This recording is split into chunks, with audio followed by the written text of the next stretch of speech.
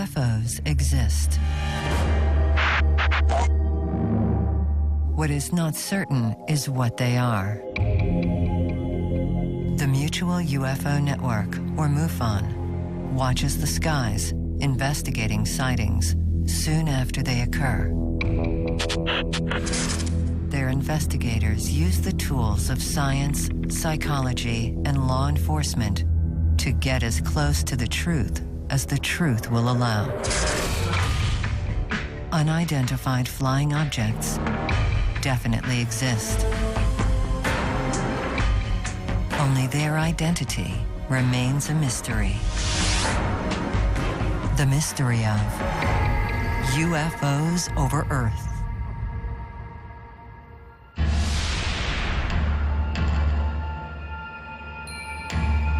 You know, when they talk about Galileo, he'd have his telescope and he'd invite people from the scientific community to come and look in the eyepiece.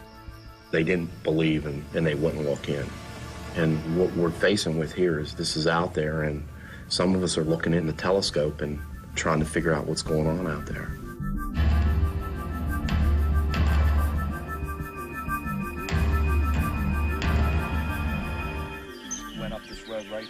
I'm MUFON's chief investigator for the states of North Carolina and Virginia. I essentially work as a volunteer and volunteer my time. I went to Fayetteville, North Carolina, and I met with Chris Bledsoe, and I videotaped what he was telling me. I know what I saw. There is no skeptic in the world. They can say what they want sitting behind a desk, but they won't hear. When I interviewed Chris, he described lights in the sky at 3 different locations. As you get into the UFO investigations, you'll find people always are describing things they can't find words for.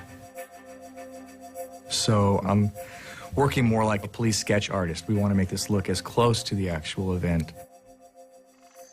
This is the location along the Cape Fear River where 5 guys got together one night to do a little evening fishing.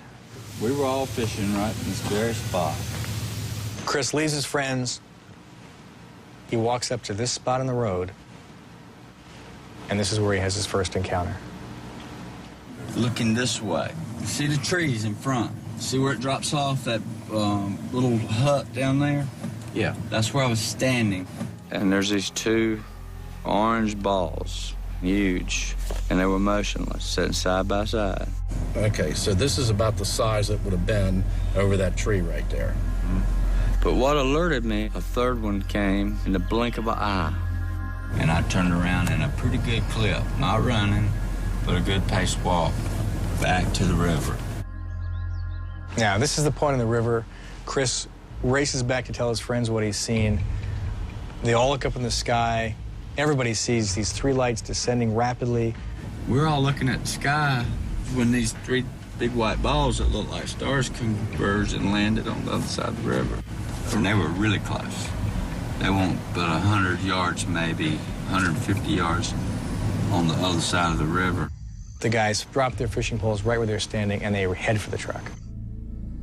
So the guys are in the truck, they're racing out of there, they get to the end of the road. They stop the truck, they look up, and everybody sees something strange floating in the sky. But the story doesn't end there. Chris goes home, and the barking dogs lead him outside to his backyard, and that's where the story gets really weird.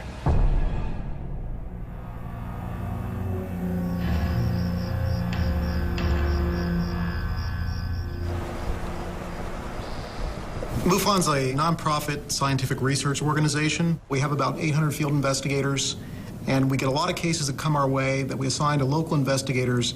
But when a real good case like this one comes along, I like to go on it personally. Tell me what happened. You came back from your walk. You came down here. The guys are fishing down here, right? They're sitting right here, Okay. right on this bottom area. Chris appears to be a pretty respected member of the community.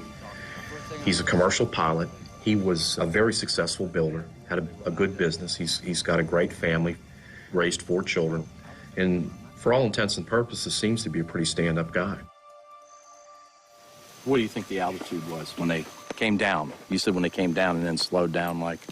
I'd say 500-600 feet when they slowed down, but they were coming down at a speed unbelievable. It looked like a star from a million miles away, and then it just, boom, didn't stop, but it looked like a cushion of something caught it, and then they come down about this speed, just gently. I have to say that Chris Sr. just came across so well. And his demeanor and his body language and just his very simple talk. And he was obviously a very intelligent man, but at the same time a very simple man. And I just got the sense that there was an element of truth here. And was that the end of it? It was the end until I got home. And then it started again at the house. What happened at the house? That's when my dogs went nuts, and I ran out to see what was bothering them. My Chesapeake took off in the woods. I ran around to cut them off, whatever it was, and that's when this entity is standing 3 or 5 feet away from me. So it went on a long time. I mean, it was a hectic night. It was totally something I'll never forget. It haunts me. My Chesapeake runs right to about right here and stops. I wasn't even thinking an entity or nothing like that. I'm thinking some sort of animal. All these dogs are facing this way. The Chesapeake's facing this way, and her hair is standing up from the back of her head to her rear end. I look back this way, and right there, it was just standing there. Right on that little rise, but if I reached my hand out and leaned over, I could touch it. So and it would have been right about, yes, sir, right there. No more than 3 or 4 feet away. That's the max. And he was no higher than, say, this high up on your arm. It didn't move. It didn't blink. It had red eyes, but it was glowing. I mean, look at the chill bumps. See that? Mm-hmm. You can't fake that, guys. As far as looking at it, it was just stoic. It was glowing, but there was no nose twitching, no muscle movement, just like a statue would be looking at. It looked like if you dipped a person in glass and it molded to their body, you could see through the glass inside. That's what it looked like. And it looked proportionately like a child, a little person. These creatures did not look like the standard close encounters aliens that we have kind of grown up to know and love, dipped in glass and a very shiny surface that apparently went from literally, you know, fingertip to head and everything else. For a second, I was frightened, and I stood here and I said, okay, I'm a big guy. If you want me, you got me. You got me cornered. I have nowhere to go. This was an important part of this investigation for us because I think most people are going to look at what his reaction was and they're going to believe him. Were you moving around? I wasn't moving a bit. I was frozen, and I was looking at it, and it was looking at me, and I was thinking real fast, if it's going to get me, it's going to get me. And I just kind of calmed down and relaxed. And, you know, I felt at peace at that moment. Where's the dog at this point? It was coming straight to it. Came right through here. And when it got to right in there, the whole thing disappeared. Chris, thank you. Thank you. Do you mind if we just take a minute to discuss and evaluate? What do you think, man? I don't know. Undescribable. Incredible. I mean, we get a lot of stories. We get a lot of cases that involve entities, humanoids, but I've never seen a case before where the entity was just 4 feet away from you. To me, that's pretty amazing. Didn't notice any arm movement. I mean, it's basically this deal, looking right at him. Robotic creature standing there that just vanished in thin air. 1 second was there, the next second was gone. Yeah. As far as his description, it's staying consistent with his original submission that he made to MUFON. I'm still processing. I don't know what to think right now.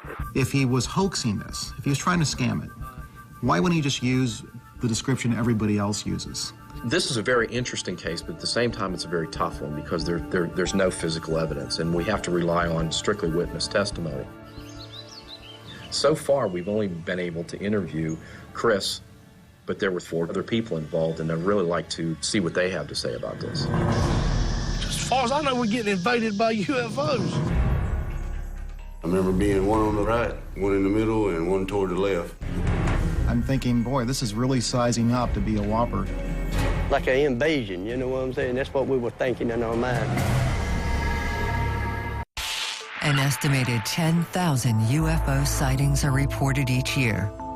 MUFON, the Mutual UFO Network, chronicles these sightings, but only investigates those they consider credible. The following is an account of one such investigation.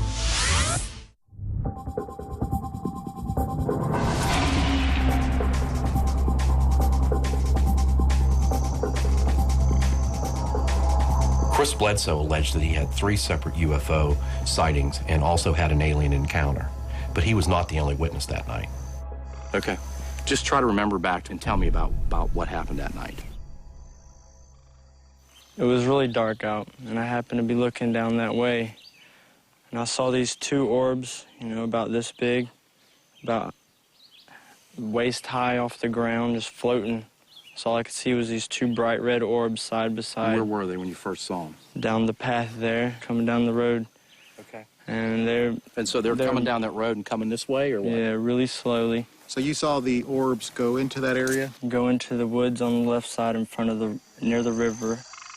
And then next thing you know, I didn't see any more orbs. I just saw these little creatures come walking out the woods. We interviewed Chris Jr. to see if he could corroborate any of his father's story. But it turns out he wasn't at the riverbank. He was actually up the riverbank having his own encounter. You don't have to go all the way in there, but just kind of indicate where you were. Back here. Try to describe them a little bit. You know, it was really dark. They just looked like little creatures, a little skinny.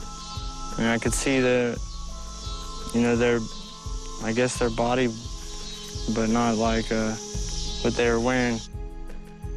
Junior was a little bit different. If there could be one word I could use to describe Chris Jr., that would be this overwhelming sense of angst. He seemed to be having some troubles, a lot of internal battles. Was the moon up? Was there... Yeah, there was a moon, plenty of stars. We weren't sure whether this really happened to him or he was making some of this up to try to corroborate his dad's story. So we think it's really important for us to bring in these other 3 witnesses who were there and find out what they saw. Well, then Chris comes up. It was a bit of a challenge, but we were able to track down the other 3 men and videotape what they had to say about the event. You could see what looked like bright stars, you know, that were scattered across the tree line. And you could just see them descending slowly. And it just like dropping, like I said, you know, it looked like a piece of hot steel or something, you know. They were orangish, and then you could see separate other colors. It was orange and maybe yellow. I remember being one on the left, right, one in the middle, and one toward the left. From that tree to this tree, they were right there. You could see them just perfect right there. That's when it freaked me out. And I saw, hey, guys, look. Y'all see them? Y'all see these? I got so paranoid I opened my pocket knife. And that's when the panic set in, you know. There wasn't nothing normal about it. What if someone was to say, look, all you guys saw was some flares? I'd call them a lie. Have you seen flares before? Yeah. Any way they could have been flares, just military flares? Nah. Have you seen flares? We stood there for 5 or 10 minutes looking at them. Right. Ain't no flare gonna sit up there that long. Right. As I'm hearing these guys tell me their story, although there's some minor discrepancies here, basically everybody's pretty much telling us the same thing, and they're pretty much corroborating each other's stories. There wasn't no sound. I mean, it was dead still that night. No sound whatsoever. Did you hear any other noise, normal noises, birds, Nothing. animals? It was quiet. It was quiet. It was just, you could have heard a rat piss on a piece of cotton. That's how quiet it was. One of the big discrepancies was the description of the large light that they saw at the top of the hill. 3 of them saw this big ball of light. When we come out of here, before we left, there was a light right yonder. There was a big light right there in that field there. But Chris Sr. had this very vivid description of what the craft looked like. So we're not sure what to make of that. Somewhere between there and the highway was the spiked object that I described. It was just another big glowing light. It was like a... But then, you know, like I said, it just kind of just...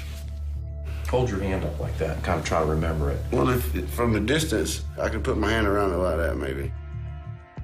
If you look at the tree and the pole, It would have been, the nose of it would have been at the pole, and the rear end of it would have been past the tree. See the horse standing there? Right. That would have been about the back of it, or a little further behind him, and the front of it would have been along this pole over here. It was a good 40 feet. The other major discrepancy we saw in the stories was this whole issue of missing time, where Chris Sr. thought he was gone for maximum 20, 30 minutes from the riverbank, but his companion said he had been gone for hours, and in fact, they went to go look for him. Okay, Chris, now, you said it took you 20 minutes to get up here and back down again. And yes, sir. Okay, now, why did the other guys think it took longer than that? I had been gone a long time. I remember that night that somebody had went looking for him in the truck. The truck was parked right there. When it got dark, you know, we kind of started to wonder where Chris had got to. It was just me and Gene down there. Donnie went up the hill to get Chris so he didn't have to walk back or whatever. Went around there, hey, you know, where you at? All of them said they drove up to the road at the end and drove back. And I know they left because they said they did, and the truck was moved. At some point, those guys said that they came up the road and went up there, turned around, and went back. You're standing here the whole time. Yes, sir. How could they get past you without you seeing them and them not seeing you? There's no way. Did anybody tell you how much time had passed? 3 or 4 hours. They thought you were gone for 3 or 4 hours. Yes, sir. In a case like this where there's time missing, he tells me he can't remember. He tries to remember, he thinks about it, he gets these severe smashing headaches, and he can't remember what happened up there. So at the time, you didn't think it was strange that when you got here, it was just getting dark, and when you got back, it was very dark. That didn't strike you as strange or odd? I have a missing spot in my brain, and I've told Richard this time and again. I have a wall. I want to know what happened there. I'm lost for time at that point. I feel for him. I feel sorry for him because I can see that he's really struggling with something. But I know that's something that we probably could explore with some psychological help. Now that we've finished interviewing the other witnesses, and we've pretty much gone as far as we can with them, we want to go back and focus on Chris Bledsoe because that's where we think we're going to find our answers.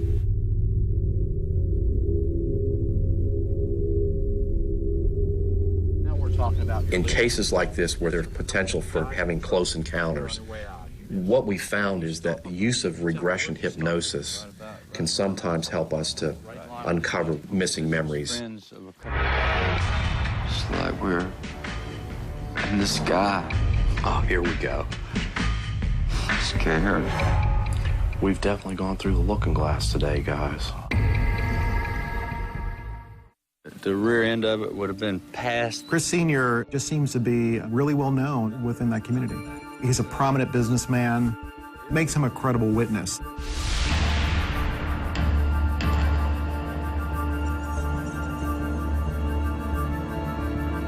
We're not sure if what happened to Chris Bledsoe is real or fantasy, but we're hoping that regression hypnosis will provide that answer. You do the regression hypnosis, you basically put the client in a state of unconsciousness. Sometimes they refer to it as put him in a trance. And the psychologist can basically talk to the individual and take the information off their subconscious mind. You're in control here. And all I'll be doing is just helping you to get focused. Dr. Michael O'Connell is a Harvard-trained psychologist. He's got 15 years experience, and he's probably done a regression hypnosis on somewhere around 250 individuals, and we are very lucky to have him. Yes.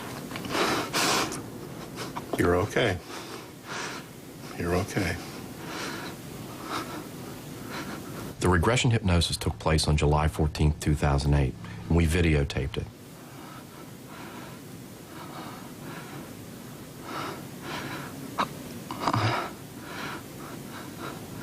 Where were we going? I tried to hide. I couldn't.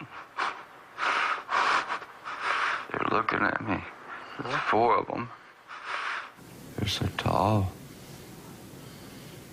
Skinny. How tall are they? Real tall. 7 foot or better. They're not human. They're not human. 4 of them. Uh-huh. I just want to go home. Let me go. I want to see my son. Mm-hmm. What do you want?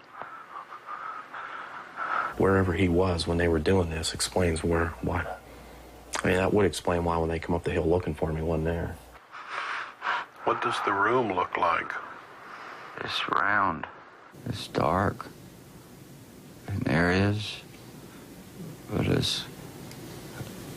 I can see lights, controls. I can feel no movement, none.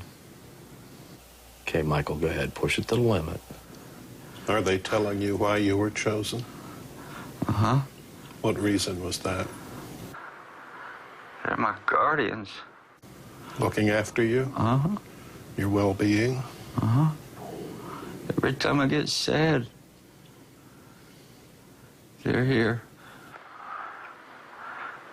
I know I've been sad. Is that why you come? Are they the same ones that you saw in your backyard later? That's their children. Their children? Uh-huh. They let them out to play. In your backyard? This is just your routine, everyday stuff here, right? 20 years in the business. Have they been inside your home? Yeah. We've definitely gone through the looking glass today, guys. I've seen the tapes before, but this is one of the best ones I've ever seen. All the way up, you can feel it in your butt and your back. So what do you think? Oh. Was I abducted? A lot of similarities. Unfortunately, you're not unique in this world. Everything we were trying to figure out, you pretty much told us. Yeah. Really? Yeah. Yeah, you did real good. Wow. You did good. I'll show it to you. What we're watching here with Chris is very consistent with the typical abduction scenario. It obviously accounts for the missing time. Can I come back? It also accounts for the fact that someone got in the truck, drove up the hill to where he was, and he wasn't there. You said, at one point, you said something about the little ones, and you said they put them out, let them out to play or something. That was kind of funny. Yeah, I said, oh, they would just let them out to play. He said, in your backyard. Play in your backyard. This has been one hell of a week. It's been a roller coaster of emotions. So right now I think we're going to be mostly in analysis mode and trying to figure out where we're going to take the investigation next. And when I came home to tell everybody, I was rejected like I was completely nuts. If you'd come back and said this person's like totally psychotic, it would have made this real easy for us. All MUFON investigators are volunteers. Their full-time occupations range from police detectives to computer graphic designers to aeronautical engineers. They bring their skills to each investigation. Let me go. I want to see my son.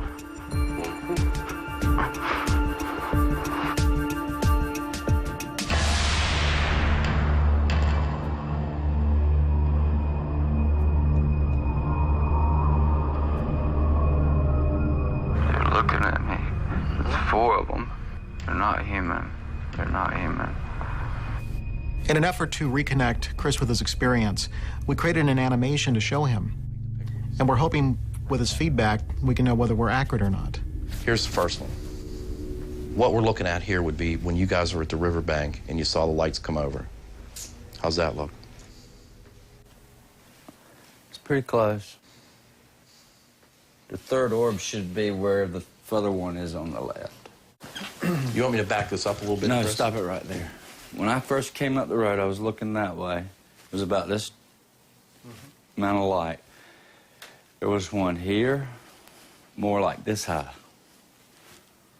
And this one that was stationary was here. And then one came from here in a blink of an eye and stopped just above those trees right there. So the fact that Chris was able to point out the discrepancies in the animation and how they could be fixed lends more credibility to his testimony. The way he's got it's pretty close. Right there. See that spike? Is that sticking out on the front? He does have Do away with those. I mean, a few changes and it'll be... Well, we're going to go back and we'll get it fixed so it's right like you showed us. Now that we have Chris's feedback, we can finalize the animation.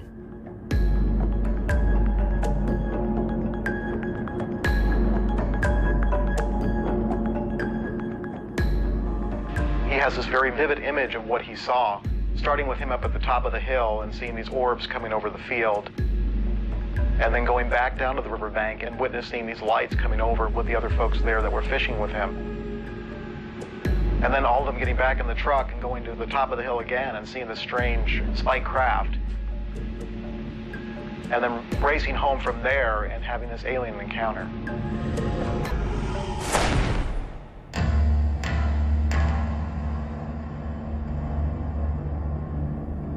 It changed everybody in our house. For the first time in our life, we were not open. We avoided the dinner table together. I've been ashamed to share anything with anybody, and I have neglected some family members, avoided them intentionally. It's been emotional, it's been stressful, it's been horrifying. In fact, can I tell you this? Our marriage and our family was on the verge of splitting up over this thing. So it's been tough, but it's not a train wreck yet. The dramatic changes in their behavior and the stressors that it caused in their family life is a major confirmation that something went on.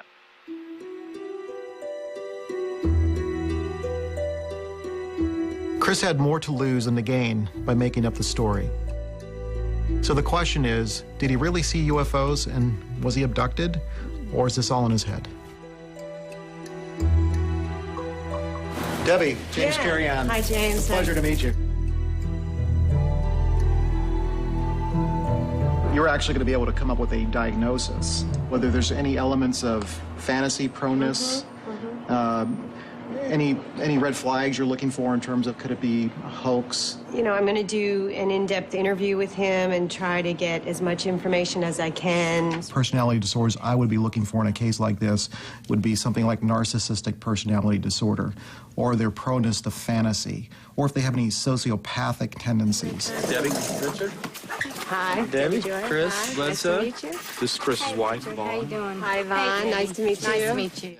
What I was really looking for was whether he showed any indications of these personality disorders that would really tell me that there's a hoax going on here.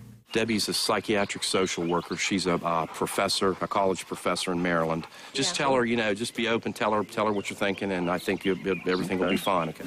Make yourself at home. Thanks. First test is a skid. You just do a general interview. Are people anxious? Are they depressed? From that very structured interview, you piece together a diagnosis. And the other test is the MMPI-2, and that is a personality inventory. What are his general features, how he portrays himself in the world, how he reacts in different situations. So we thought those two would be the best tests to give. So has there ever been a period of time when you felt deeply depressed?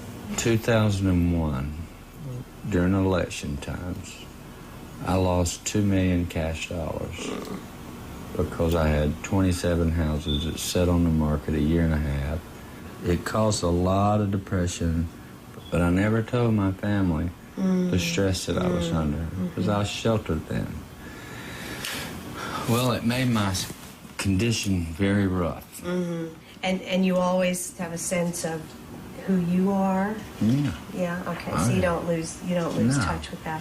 About that night and what happened, would you describe that as a trauma? Oh, it was definitely traumatic. You're saying Yes, traumatic. ma'am. It's very painful to think about it. And when I came home to tell everybody, I was rejected like I was completely nuts. Yeah, you have a lot of pain about that. Yeah.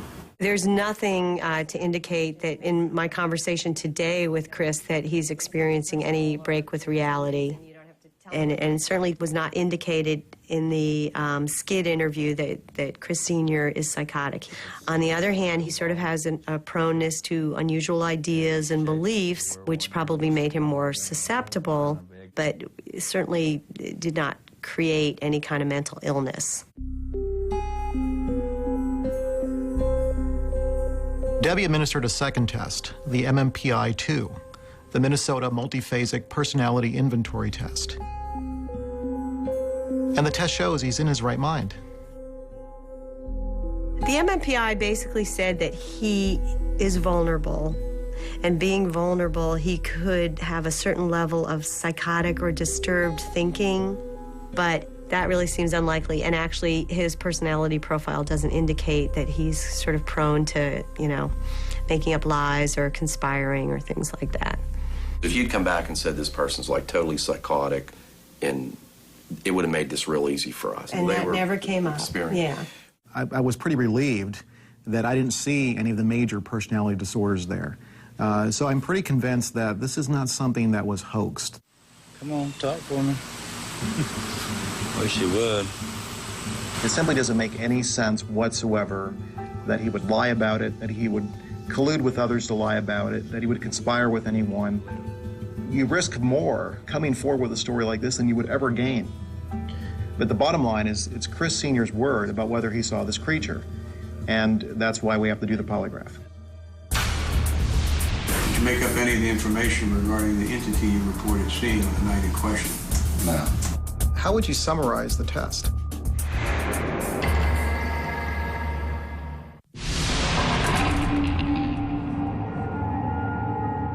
It looked like stars. I mean, stars in our eyes. Like an invasion, you know what I'm saying? That's what we were thinking in our mind. What does the room look like? Lights. Controls. Because this case is based on anecdotal testimony, we decided to use the polygraph to see if Chris is telling us the truth. Hey, Yvonne. Hey, Steve. Hey, Chris. Hey, Steve. How are you? Good to see you, my Good to friend. see you. Yes, sir. Good to see you. As far as polygraph is concerned, you know, you're either telling the truth or you're not telling the truth. A lie is a lie is a lie, I suppose. That's it. Polygraph is really only as good as the operator's interpretation. We were lucky to get Bob Durdak. He's retired from the FBI. He was in charge of the North Carolina Bureau's polygraph unit, and he's very respected in his field. I tell them it's a pure of heart test. If you feel good in your heart, you're being honest, you're going to do fine. If you don't, your body shows it, and you don't do so good. It usually pretty much plays out that way. Hello there. Hello. Hello. Hey, how are you? Steve McGee, MUFON. Steve, Bob Durdak, how are you? Chris Bledsoe. Chris, nice to meet you. Good to meet you. All right. Steve, thanks very much. Yes, sir. Chris is having no qualms about doing a polygraph. In fact, in the original report, he said he would take one. So we're going into this polygraph exam feeling very confident that he's going to do well. The real lie detector in this whole equation is you, because you're the only one that knows the truth, and you're telling this instrument here what's going on inside your body, and that's what we're using to determine whether you're being truthful or not. If you will pull this around your lower stomach and just hold it right in the middle and kind of lean forward a little bit, I'm going to pull this around behind you. For months, I was scared to say anything for ridicule. I decided I had to get it off my chest or it's going to drive me insane. And the world needs to know it's real. It is real. I'm thinking, if he comes out and passes, this is going to make this real easy. And it's going to shorten our time here. That's up for anxiety anyhow, that's Well, just try to be as relaxed as you can. Okay, ready to go? Yes, sir. Test is now beginning. Is your first name Christopher? Yes. Is there anything in your background that would cast doubt on your honesty or integrity? No. Did you make up any of the information concerning what you saw in the sky on the night in question? No. Have you conspired with anyone to provide false information regarding what happened on the night in question? No. Did you make up any of the information regarding the entity you reported seeing on the night in question? No. How would you summarize the test? Well, I'd say he failed the test. I'm going to tell you that his deceptive responses were focused around things that he actually saw that night. He wasn't being truthful about the entity. I don't think so. What do you think he was being truthful about? I mean, it's hard to say. I mean, it's going to be a speculation no matter what I say. Is everything he said a lie? You can't glean that just from the polygraph. You can glean that from the investigation, the information you collect, and everything should fit at some point. Did you make up any of the information concerning what you saw in the sky on the night in question? How did he score there? Well, if you just took the numerical score, he would have been inconclusive on that. The one he had deceptive response to was the entity, seeing the entity. You know, he kept saying, I'm not sure myself when I think about it if I really saw it or not, but I know I did. He didn't come right out and tell us everything was a lie, but basically the part about the entity reflected negatively in the polygraph. I ended up doing 2 series. So even though I may feel disappointed, in the back of my mind, I'm saying reserve judgment. Reserve judgment. So you have to weigh all that evidence, and it really comes down to who do you believe? Essentially, it was negative. Basically, the operator's telling us that he wasn't being honest. He was neutral on the orange orbs, and he was neutral on the lights in the skies. I think we're all a little disappointed. Honestly, the relationship I've developed with Chris, I really felt like I owed it to him to sit down and talk to him about it. This was going to be his chance to either confirm or deny that he still was going to stick to his guns, or he was going to finally come out and admit that, no, guys, all right, you got me. We wanted to talk to you and get your reaction. Okay. So I was basically going to hit him right between the eyes with it and see what he says. Hopefully, he'll benefit somehow, some way. Newfound annually investigates an average of 5,000 reported UFO sightings. Approximately 85% are dismissed as either misidentification of natural phenomenon, man-made activity, or deliberate hoax. 15% remain unexplained.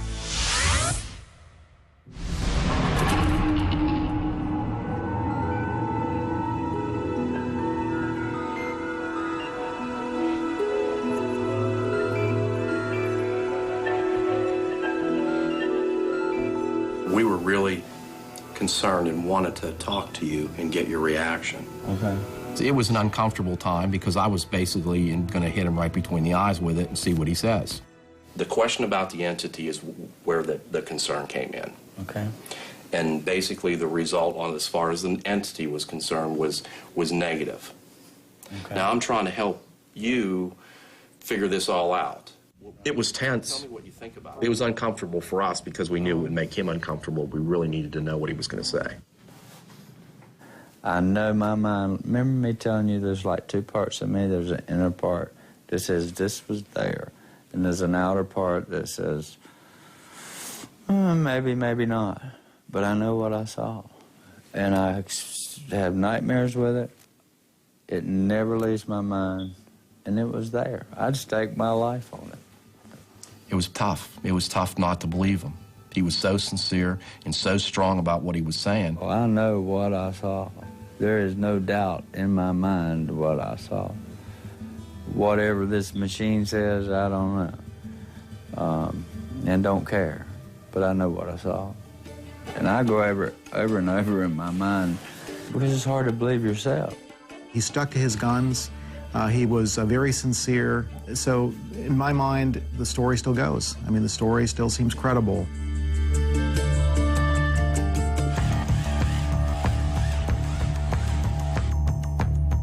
After all this, Chris still insists that he saw 3 UFOs and he had an alien encounter on January 8th, 2007.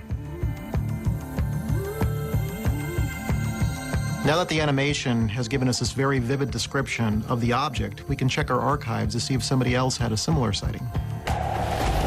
In cases like this, you really just have to pull all the stops and make sure you're covering all your bases. Gathering corroborative information from law enforcement, from the local newspapers and media to see who else may have reported something similar. Yes, I'm with MUFON. I'm a field investigator, and I was wondering if you could check your newspaper archives for an unusual sighting January 8th of 2007.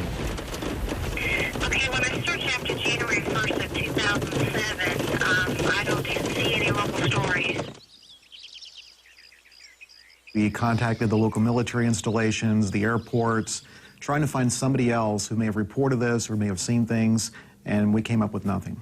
As I scroll down on our case management system, the time frame of the Bledsoe sighting, as I look here, we've got a submission on January the 9th, 2007. One of the interesting aspects about the Bledsoe case is Chris Sr.'s description of the craft at the top of the hill.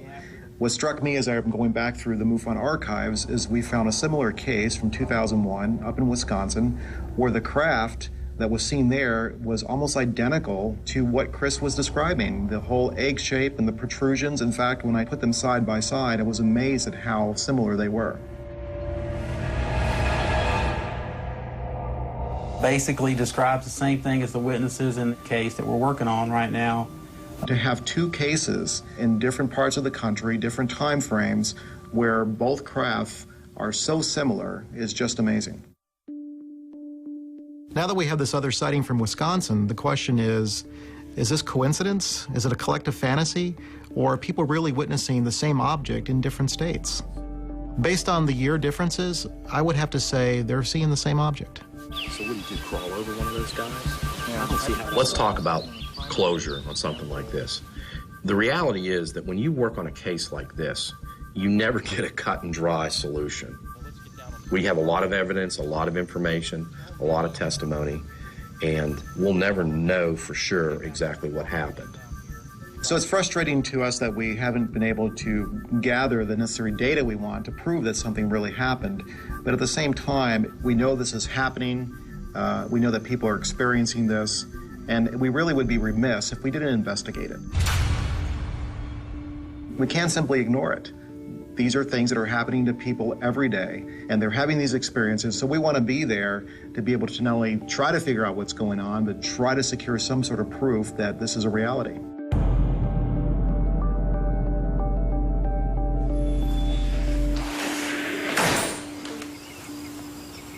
It's all right. Come on out here. What do you think? I don't know what to think. You don't? Chris Jr. and Chris Sr. had a very reality-altering event. I think this case shows that we're dealing with a real phenomena here.